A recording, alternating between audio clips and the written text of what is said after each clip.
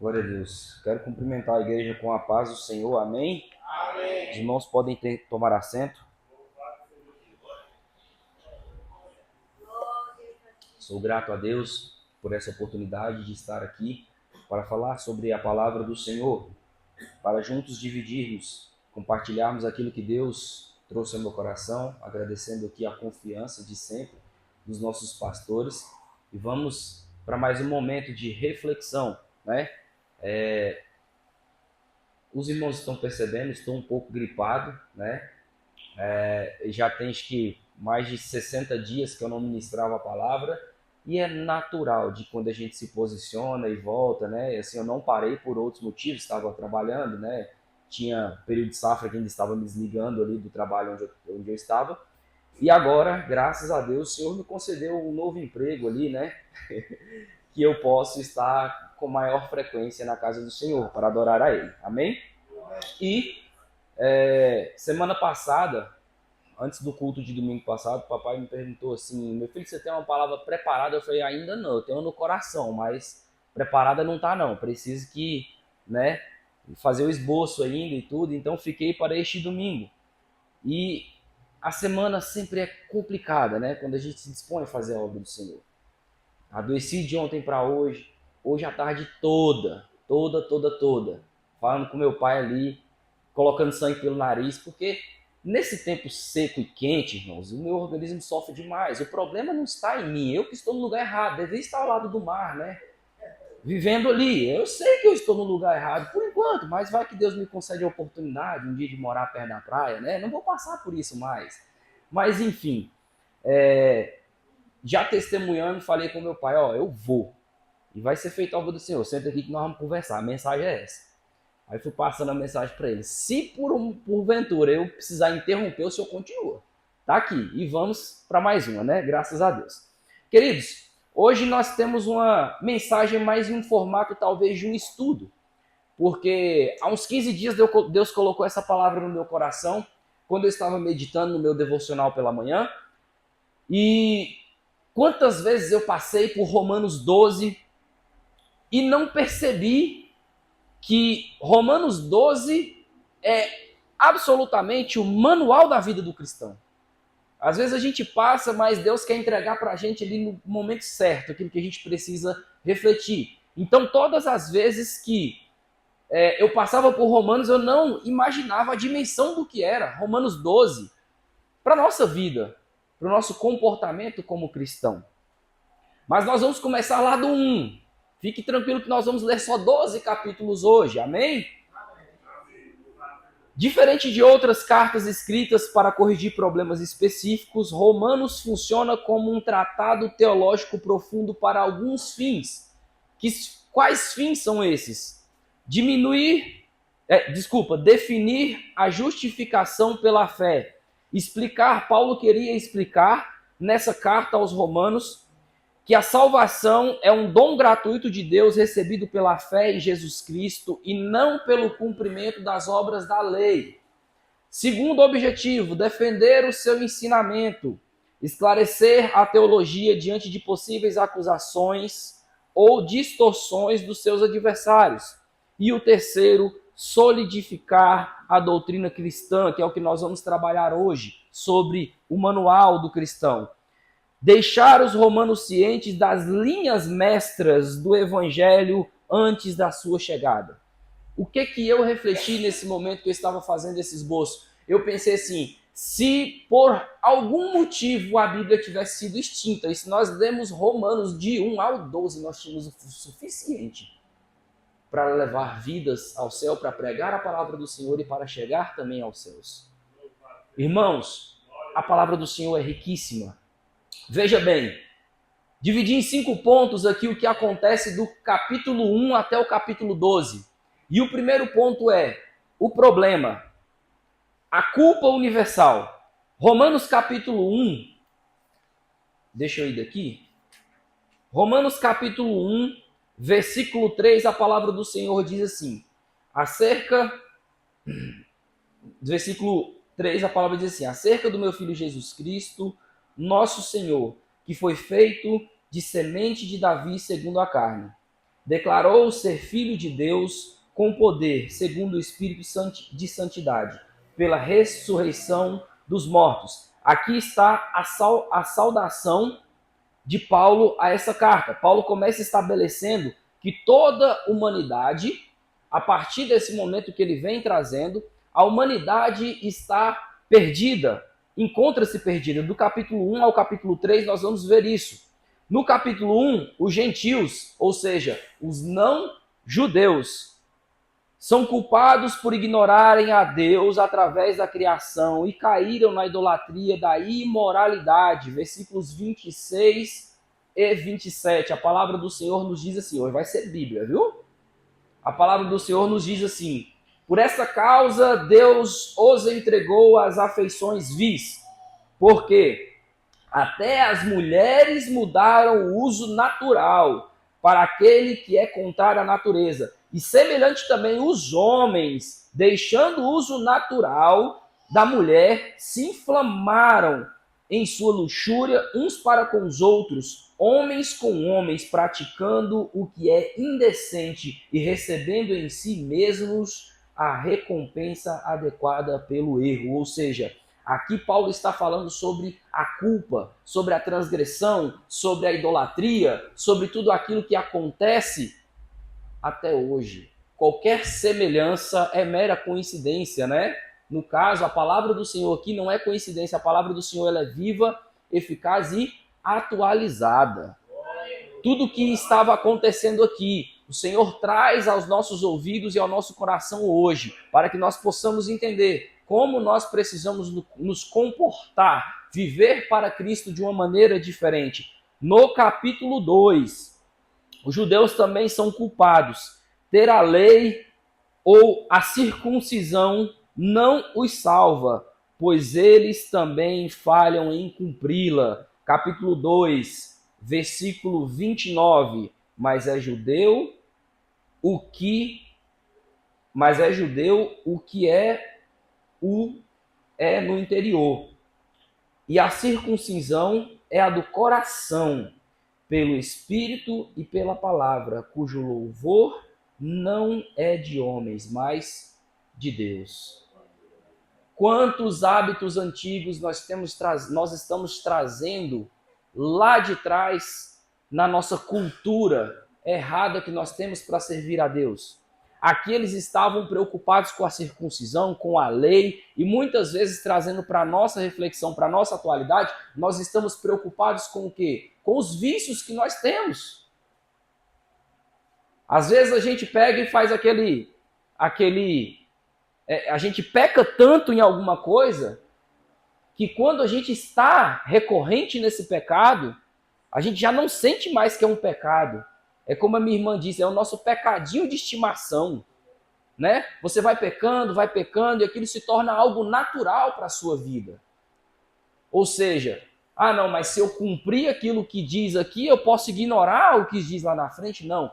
A palavra do Senhor ela nos justifica pela graça de Jesus Cristo, somos justificados pela fé em Jesus Cristo, mas temos de cumprir a palavra, a lei do Senhor todos os dias das nossas vidas. Amém? No capítulo 3 é a conclusão. Não há nenhum justo sequer. Ou seja, mesmo lá, quanto aqui, nós não somos justos. Nós buscamos ao Deus que é justo, nós buscamos a justiça, mas mesmo assim nós não conseguimos alcançar um padrão de justiça celestial. Porém, devemos continuar buscando. Ninguém é salvo pelas obras, a solução é a justificação pela fé em Jesus que pagou a dívida por nós. Capítulo 3, versículos 29 a 31, a palavra do Senhor diz assim: é Ele, Deus somente dos judeus? Não. É Ele também dos gentios? Sim, também dos gentios. Visto que há um só Deus que justifica a circuncisão pela fé e a incircuncisão por meio da fé. Nós vamos entrar no segundo ponto aqui agora, na parte 2, que diz o quê? A solução. E esse versículo ele já nos aponta. A solução é o quê? A graça. É a fé. É acreditar em nosso Senhor Jesus Cristo. Paulo usa Abraão como exemplo Por que Abraão que ele usa como exemplo? Quando Abraão, lá no livro da criação, foi chamado por Deus, já havia lei? Não. Já havia a graça que veio através de Jesus Cristo? Também não. Então como que Abraão foi justificado? Pela fé. Abraão foi justificado pela fé, porque ele creu. Abraão creu e assim foi justificado.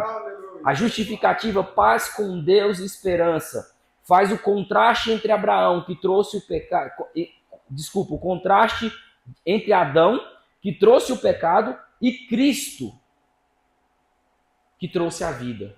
No capítulo 5, versículos 1 e 2 diz: portanto, sendo justificados pela fé, temos paz com Deus por nosso Senhor Jesus Cristo, ou seja, por intermédio de Cristo, pelo qual também temos acesso pela fé a esta graça, na qual estamos firmes e nos regozijamos na esperança da glória de Deus. Queridos, a fé em nosso Jesus Cristo, ela nos mantém de pé. A fé em nosso Senhor Jesus Cristo, ela nos mantém perseverantes. E a nossa fé, ela nos justifica cada dia mais na presença do Senhor. A palavra do Senhor no capítulo 6. Se formos salvos pela graça, podemos continuar pecando? Não, não podemos continuar pecando. O batismo simboliza o quê? Que nós morremos para o pecado e vivemos para Deus. Capítulo 6, versículo 4, esse capítulo, na verdade, o nosso pastor sempre usa nos estudos dos batismos, né, os estudos batismais com as pessoas que estão entregando a sua vida aí, reconhecendo que eram pecadores e ali morrendo para o mundo e nascendo para Cristo. O que diz a palavra do Senhor em 6,4? Diz assim: portanto, fomos sepultados com ele para a morte pelo batismo, para que, assim como Jesus Cristo foi ressuscitado dentre os mortos pela glória do Pai, assim também nós andemos em novidade de vida. Aqui nós já estamos entrando num ponto que eu quero abordar, sobre andar em novidade de vida. O pecado está à nossa porta todos os dias e nos assola todos os dias. O que difere aqueles que vencerão o testemunho do cristão é a renúncia diária do pecado. É a renúncia diária do que não devo fazer. Eu creio, né? Eu creio que o que eu mais abro mão me edifica mais do que aquilo que eu faço. Porque nós estamos rodeados de propostas, nós estamos rodeados de banquetes o dia inteiro. E onde é que o inimigo mais nos tenta? Satanás nos tenta aqui dentro da igreja? Não, aqui ele não entra. Aqui ele não opera, porque aqui é a casa do nosso Senhor Jesus Cristo, um lugar consagrado. Mas lá fora, ele está tentando assolar as nossas vidas. E é isso que muda na minha postura e na sua postura de cristão. O que nós somos fora daqui, que é o verdadeiro evangelho. Paulo descreve, neste caso aqui agora no capítulo 7, olha só que beleza, já estamos no 7, já lemos 7 capítulos aqui. No capítulo 7, Paulo descreve a luta interna que nós estávamos agora falando, sobre o desejo de fazer o bem e a natureza pecaminosa que ainda reside em nós, homens e mulheres do Senhor. Capítulo 7, a partir do versículo 19 até o 24, diz assim: porque o bem que eu quero fazer, não faço, mas o mal que não quero fazer, esse eu faço. Ora, se eu faço o que não quero, já não sou quem o faz, mas o pecado que habita em mim. Eu acho, então, esta lei que, quando quero fazer o bem, o mal está presente comigo, pois eu tenho prazer na lei de Deus, segundo o homem interior, mas eu vejo outra lei nos meus membros, guerreando contra a lei da minha mente e me trazendo cativo debaixo da lei do pecado que está nos meus membros. Ó miserável homem que sou, quem me livrará do corpo dessa morte? Eu agradeço a Deus por meio de Jesus Cristo, nosso Senhor. Assim, pois, com a mente eu mesmo sirvo a lei de Deus, mas com a carne a lei do pecado. Você acha que essa guerra entre o espírito e a carne é só sua? Você acha que você não vai dar conta de suportar? Nós estamos falando aqui de uma referência. Nós estamos falando do apóstolo Paulo. E olha como ele descreve. Nesse momento que ele escreveu essa carta, eu penso que, parafraseando aqui, ele pegava e nesse momento ali a caneta pesou na mão dele e ele, pois o bem que eu quero fazer, se eu não faço. A minha natureza está querendo me consumir.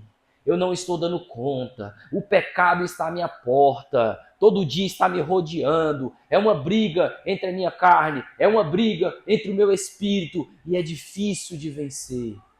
Mas Jesus Cristo habita em mim. Jesus Cristo habita em nós. E por Ele, não por mim, não pela minha força, não pela sua força, nós venceremos o pecado. Nós venceremos os banquetes, nós venceremos tudo aquilo que o inimigo tem preparado contra as nossas vidas, porque venceremos em nome de Jesus. Assim como Paulo venceu, não era diferente naquela época, nós já falamos aqui sobre o pecado, sobre o erro, tudo que estava acontecendo naquele tempo. E olha o que está acontecendo hoje. Nós vemos aqui sobre a idolatria, sobre os deuses, sobre os prazeres que homens e mulheres se entregavam entre si. E Paulo, no meio de todo esse turbilhão, assim como eu e você também aqui hoje, estamos guerreando. Mas assim como ele venceu, nós também venceremos. Amém? Parte 4. A soberania de Deus. E logo nós vamos entrar na parte prática do manual do cristão. A soberania de Deus e Israel. Paulo faz uma pausa para explicar porque muitos judeus não aceitaram a Jesus. Ele defende que a promessa de Deus não falhou. Deus é soberano em sua escolha e agora abriu a porta para os gentios, ou seja, os ramos enxertados. Quem somos? Somos nós. Os ramos enxertados. Nós entramos na promessa do nosso Deus. Aleluia.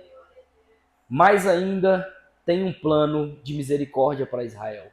Mesmo os judeus não tendo reconhecido Jesus Cristo como Filho de Deus, do capítulo 9 ao capítulo 11, o apóstolo Paulo descreve aqui ainda a promessa que Deus tem para aquele povo. Mas o que me alegra não é só isso, o que me alegra também é saber que eu e você fomos justificados através da graça de Jesus Cristo e somos os ramos enxertados. E produziremos tal qual, e herdaremos tal qual aqueles para que Jesus Cristo veio. Amém? Glória a Deus. E agora, a parte prática. Capítulo 12. Vamos entrar. Essa foi só a introdução, tá? Vamos entrar na mensagem agora. Glória a Deus. Tudo bem que me passaram cedo hoje. A nova vida em Cristo. O tema dessa mensagem. O manual do cristão. O que é a nova vida em Cristo? No capítulo 12. Nós vamos versículo por versículo agora. No capítulo 12 é a transição da teoria para a prática. Tudo que Paulo veio falando do capítulo 1 até o capítulo 11, alertando, explicando o que estava acontecendo, falando sobre os problemas, deu a solução, deu um manual para que pudéssemos ler. E aqui ele fala, agora entra na parte prática que eu vou ensinar para vocês. É a transição da teoria para a prática. Paulo exorta os cristãos e oferecem seus corpos como sacrifício vivo. Ele fala sobre a importância da humildade, o uso dos dons espirituais e, acima de tudo, a prática do amor sincero e do perdão, mesmo para com os inimigos. O capítulo 12 de Romanos é um manual prático da ética cristã. Aqui está o estilo de vida do cristão, versículo por versículo. Versículo 1: Suplico-vos, pois, irmãos, pelas misericórdias de Deus, que apresentei os vossos corpos em sacrifício vivo, santo e agradável a Deus, que é o vosso culto racional. O que é esse culto racional? Refere-se à mudança profunda na forma de adorar a Deus, saindo do ritual externo e passando para a adoração interna dentro do nosso coração. É o testemunho, é o culto racional. Onde é o meu culto racional? É aqui dentro da igreja? Também. Mas ele acontece todos os dias na minha vida. Todos os dias que eu acordo, iniciei o meu culto racional. Como eu começo o meu culto racional? Como você começa o seu culto racional? Você acorda pegando o celular e rolando Reels?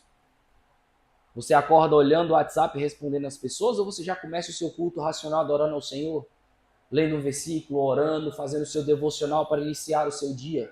Este é o verdadeiro culto. Adorar a Deus, saindo do ritualismo externo para uma entrega de vida consciente, racional, é uma entrega de vida consciente, não é uma coisa emocional. É bonito, é bom, a gente está aqui, o Espírito Santo nos toca, a gente se emociona, a gente é renovado, uns são batizados, outros falam línguas, outros têm visões, revelações, outros dons da palavra, o dom da palavra, outros Deus opera através das curas. É bonito, mas e a nossa escolha consciente? Quando eu estou consciente, quando eu acordo assim, quando eu estou no meu dia a dia, o que eu tenho feito? Eu tenho apresentado o meu corpo, o meu culto racional ao Senhor todos os dias? Sim ou não? A palavra de Deus ela deve nos confrontar para que eu e você saiamos daqui e vivamos uma vida diferente lá fora. É inútil eu chegar aqui e falar a palavra do Senhor e não viver. É inútil eu chegar aqui e falar a palavra do Senhor e não lutar contra aquilo que me assola. É inútil eu chegar aqui, ouvir a palavra do Senhor e não propagar essa palavra. O que é que eu estou fazendo aqui dentro da igreja? Servir a Deus não é só isso daqui, é uma extensão muito maior do que a gente está vivendo aqui. É uma extensão, uma dimensão que nós não conseguimos nem mensurar. Estava conversando com o Juninho esses dias e eu falei assim, o que Cristo fez? Falou assim, porque às vezes o Juninho falando, às vezes é legal a gente sentar e conversar e reunir. Nós temos um projeto aí que um dia vai sair em nome de Jesus, que é o Clube da Bíblia. Sentar, discutir assuntos sobre a palavra do Senhor, conhecimento, discussões teológicas, porque isso é saudável, não é? Só que aí eu falei assim, é importante a gente estar aqui, porque ele falou sobre a necessidade de estar mais, né? Não era isso? Eu falei, é importante a gente estar aqui, mas é mais importante aquilo que a gente vive fora daqui. Nós servimos a Deus 24 horas por dia. Ou deveríamos servir a Deus 24 horas por dia. No versículo 2, não se amolda aos padrões desse mundo, mas transforma sua mente para entender para entender e viver a vontade de Deus. E não sedes conformados com este mundo, mas sedes transformados pela renovação da vossa mente, para que experimenteis qual é a boa, agradável e perfeita vontade de Deus. É incrível como o mundo vem pregando doutrinas, né? Agora na rede social todo mundo é especialista de alguma coisa, né? Tem um especialista disso, um especialista daquilo, que dá conselho de casamento, o que dá conselho de vida, o que dá conselho para solteiro, e por aí vai. E aí o que a gente está fazendo? Abrindo mão desses momentos que nós estamos aqui estudando a palavra do Senhor, pregando a palavra do Senhor, ouvindo a palavra do Senhor e às vezes nos moldando conforme essas doutrinas estão querendo que nós agimos em nossas vidas. E isso é errado. A palavra do Senhor deixa claro, não vos conformeis. Por isso que nós temos no nosso rótulo o título de protestante, porque nós sempre fomos inconformados com esse mundo e tudo que acontece nele, com as doutrinas vãs, que eles tentam nos empurrar goela abaixo, e nós estamos protestando contra isso, renovando aqui, nesse momento, a nossa mente, para que possamos buscar o Senhor e viver uma vida santificada na presença dele. Versículo 3. Viver com humildade. tendo o conceito equilibrado de si mesmo, sem arrogância. O cristão, ele é equilibrado. O cristão é manso, ele é prudente, mas o cristão precisa ter equilíbrio. Eu acho que se tem uma palavra que ela é tão importante para mim, é a questão que nós falamos, que nós abordamos agora. O temperamento. O cristão tem que ter cabeça fria. O cristão tem hora que você vai assim, você vai para responder e você fala, não compensa, não dá certo. E as pessoas às vezes olham para a gente e falam, nossa, como é paciente, né? Mal sabendo o que está passando dentro de nós, igual passava com Paulo lá no capítulo 7, né? Pois o bem que eu quero fazer eu não faço, mas a vontade que eu tenho de pegar. Mas aí vem o quê? Uma das propriedades do fruto do Espírito, domínio próprio. Tem uma frase que eu gosto muito. O homem que não consegue dominar as suas emoções, ele é escravo dela. Eu vou repetir. O homem que não consegue dominar as suas emoções, ele é escravo delas. O cristão tem que saber ter o domínio próprio. Às vezes, através da fuga, como eu já disse em outra oportunidade aqui, desde lá atrás, o povo de Deus já foi liberto pela fuga. Eles brigaram, eles foram para cima? Não, Deus foi protegendo e eles foram o quê? Fugindo. Deus levou o povo à terra prometida através da fuga, não foi através do confronto. É claro que em alguns momentos exige, mas a fuga é importante, porque nós temos de saber o limite onde nós podemos ir ou não. Vamos entrar aqui em mais uma parte desse manual. Reconhece que faz parte do corpo da igreja, onde todos dependem uns dos outros. No versículo 4 e 5, no versículo 6 a 8, diz assim, que exerce os seus dons com dedicação, se é servir, que sirva, se é ensinar, que ensine, se é para contribuir, que o faça com generosidade e alegria. Está cheio de gente dentro da igreja perdida sem saber o que faz. Faz o simples. Faz o simples para o Senhor. Com toda a sinceridade do meu coração, o homem carnal não queria estar aqui pregando. É um ministério que eu não queria para minha vida. Mas é um ministério que hoje eu anseio para minha vida. Porque eu entendi a vontade e o propósito do Senhor. A gente precisa entender o meu e o seu propósito dentro da casa do Senhor. Se é servir, que sirva. Se é pregar, que pregue. Se é louvar, que cante. Se é operar um vídeo, um som, que assim o faça. Nós tivemos um curso aqui e o irmão trouxe sobre isso daqui, ó, sobre essa questão. Reconhece que faz parte do corpo da igreja, onde todos dependem uns dos outros. Às vezes os irmãos vê ali, tá lá no som. Aí a igreja levanta e ele está sentado. Aí a igreja olha e ele está olhando de olho aberto. Ele está adorando ao Senhor. Porque ele está atento a tudo que está acontecendo no culto. Regulando o microfone, a altura de um violão. Aquilo ali é a adoração dele. É aquela vigilância. Ele está ali de sentinela, ele está ali e orando ao Senhor, mas com os olhos abertos, e olhando e atento, orando e vigiando. É uma forma de adorar. O irmão Alexandre está ali hoje operando, colocando aqui para a gente ler. É a adoração dele. Minha tia Júlia veio aqui, trouxe. É a adoração dela. Os irmãos estão na portaria. É a adoração deles. Nós estamos aqui no louvor. É a adoração do louvor. É o ministério deles. Eu estou pregando a palavra. É o ministério que Deus me deu. Faz o simples para o Senhor. Adore ao Senhor com aquilo que você tem. Não tenta fantasiar.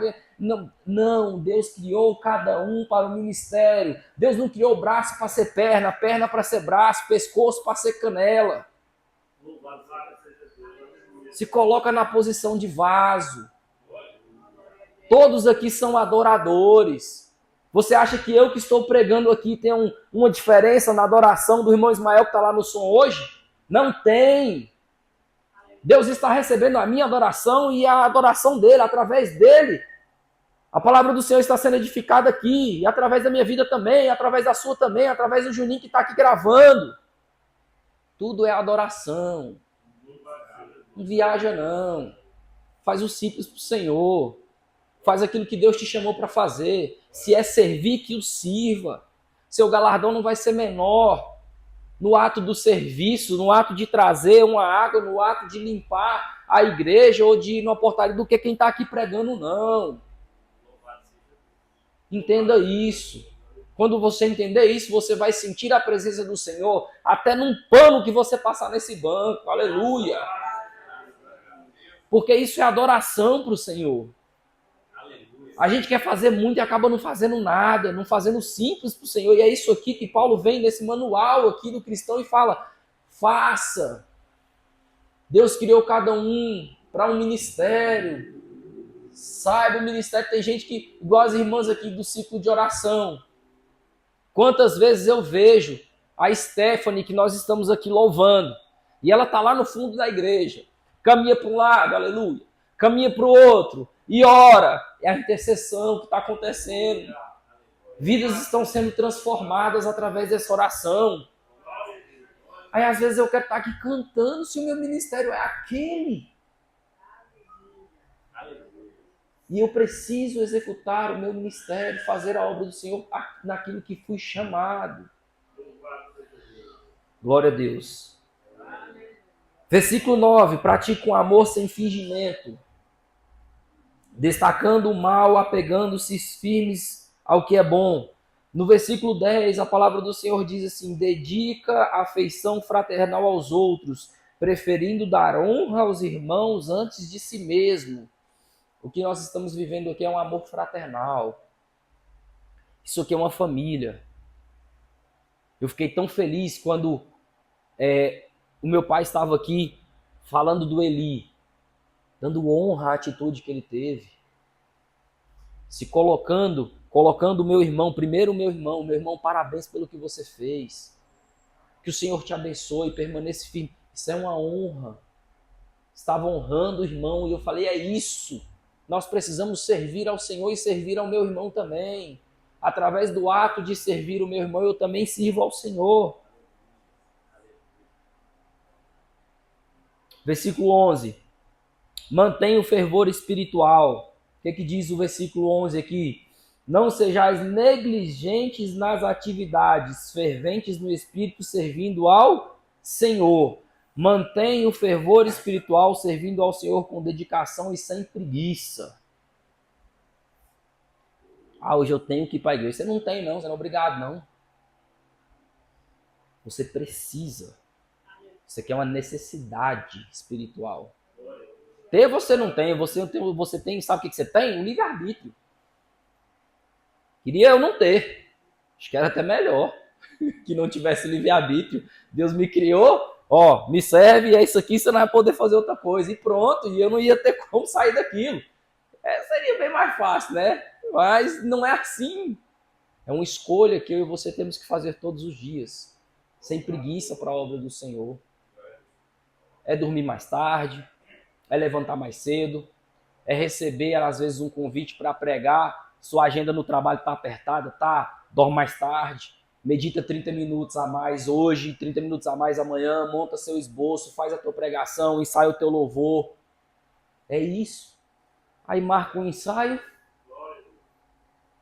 Eu não estava, mas eu estava trabalhando, viu? Marca um ensaio e às vezes a preguiça não deixa ir para o ensaio. Aqueles que podem. Eu sei que muita gente aqui não podia, ou enfermo, ou trabalhando, mas muita gente não pôde. Mas e outros? Onde estava? É esse o tipo de comportamento que eu tenho que ter como cristão? Olha o manual do cristão aqui. Vamos ajustar as pecinhas agora. Vamos apertar os parafusos na hora de montar o crente. Vamos ser um crente bom na obra do Senhor. Amém? Versículo 13. Pratica a generosidade, ajudando as necessidades, os necessitados e exercendo a hospitalidade. O cristão precisa se importar com o próximo. O cristão precisa cuidar do seu vizinho, cuidar daqueles que precisam de ajuda, cuidar dos necessitados. Esse é o verdadeiro evangelho de Jesus Cristo. Versículo 14. Abençoa os perseguidores em vez de amaldiçoá-lo. Quantas pessoas estão nos perseguindo no nosso trabalho com inveja do cargo que eu e você temos? Abençoa essa pessoa. Eu já orei tanto, Senhor, abençoa fulano para que ele prospere e arrume um emprego bem melhor e vá para longe de mim. Mas não orei para Deus tirar o emprego dele, porque estava fazendo mal ao ambiente. Orei para Deus abençoar e levar ele para outro canto. Vai ganhar mais lá. Vai ser abençoado lá, mas perto de mim você está me atrapalhando. E é assim. Até a forma que a gente tem que pedir para Deus para que faça justiça, a gente tem que ter temperança, tem que ter domínio sobre isso. Porque o cristão, no versículo 15, olha aqui, ele demonstra o quê? Empatia. Se alegra com os que se alegram, choram com os que choram. O versículo 15 diz o quê aqui? Regozijai-vos com os que regozijam e chorai com os que choram. Versículo 16. O cristão vive em harmonia com os outros, não sendo orgulhoso, mas associando-se aos humildes. Comportamento. É comportamento. Ser cristão é estilo de vida. Ser cristão é comportamento.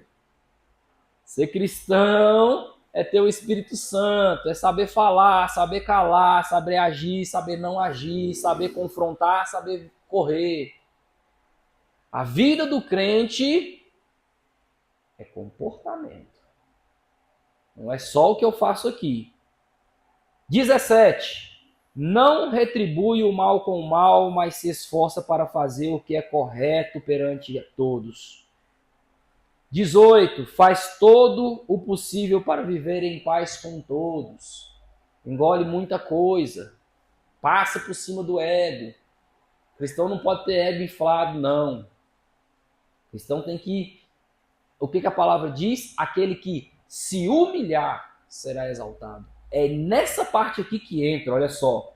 Versículo 16. Tende os mesmos pensamentos uns para com os outros. Não tencione coisas altas, mas condescendem aos homens de baixa renda. Não sejais sábios aos seus próprios conceitos. Ou seja, não me infle daquilo que eu sei. Muitos têm formação, muitos têm ensino superior, mas isso daí te dá um conhecimento a mais para, às vezes, você se destacar no seu trabalho. Mas na obra do Senhor, você precisa se humilhar para que você seja exaltado por Ele. No seu trabalho, no seu cotidiano, você precisa se humilhar, passar por situações que você respira fundo e fala, Deus, é por você, não por mim. E nós estamos rodeados. As pessoas estão nos observando. Não pense que não. Lá no meu trabalho, às vezes, a gente faz uma brincadeira e a pessoa que não é cristã fala, varão, varão. Tá vendo? Você está todo dia com aquela pessoa. Você testemunha de Cristo o tempo todo. Uma brincadeira que você faz, a pessoa olha, varão, varão. Aí eu olho assim, poxa amigo, o que eu estou fazendo aqui o dia todinho? Preguei inclusive a palavra para você. Aí eu brinco contigo e tu me repreende. Varão, varão. É complicado. Não é fácil ser cristão. Se fosse fácil, nós não estávamos aqui, reunidos, lendo o manual para a gente saber o que a gente tem que fazer daqui para frente. Vamos dar continuidade. Não retribuindo o mal com o mal. Versículo 18. Manter a paz com todos. Versículo 19. Não busca vingança, mas deixa o julgamento nas mãos do Senhor. O cristão não pode ser vingativo. Deus é quem opera a justiça através das nossas vidas. Não se deixa vencer pelo mal, mas vence o mal com o bem. Esse é o tipo de comportamento que o cristão deve ter. E aqui eu entro nesse manual do cristão para as nossas vidas, naquilo que eu queria refletir com vocês nessa noite. O que é que nós estamos vivendo? O evangelho do reino ou o evangelho da salvação? Eu vou te explicar. E você faça essa reflexão para a sua vida. Qual evangelho você está vivendo? Por muito tempo eu vivi o evangelho da salvação até entender o evangelho do reino. Sabe a diferença entre o evangelho do reino e da salvação? Por que eles são diferentes? Do evangelho da salvação, eu me preocupo com o que nós estamos fazendo aqui agora. Eu me preocupo em louvar a Deus, em congregar com os meus irmãos, em adorar, jejuar, orar, buscar, servir, igual eu falei, de todo o serviço. Esse é o evangelho da salvação. Mas quem pratica isso, e pratica somente isso quando está aqui, vive pensando na salvação da sua própria alma. Vive pensando no que está fazendo aqui. E esse evangelho não nos leva para o céu. Porque eu estou servindo a Deus com medo de ir para o inferno. E o medo de ir para o inferno vai me levar para o inferno. Se esse for a razão pela qual eu sirvo o Senhor. A cultura do reino, o evangelho do reino é diferente. Eu preciso ser o vetor de mudança de todos que estão à minha volta. Eu preciso ser o exemplo para que todos mudem. Para que todos vejam Cristo em mim. Deixa eu fazer um comparativo aqui para vocês terem ideia. Um carro. Vamos pegar o do irmão Juninho aqui, muito bom. Jetta 2.0, turbo, confortável. Juninho leva ele lá na loja, na mecânica. E ele entra na loja. Você vai começar a associar. O carro entra na mecânica para fazer os reparos. Ali, o que o carro mostra para o mecânico? Os defeitos, as avarias, o que precisa ser trocado. O carro tem que chegar para o mecânico e falar assim, eu sou bom, eu sou 2.0, eu sou turbo, eu corro muito, eu entrego um banco confortável, um câmbio automático. O carro precisa falar, mostrar isso para o mecânico está pouco importando com quem ele é.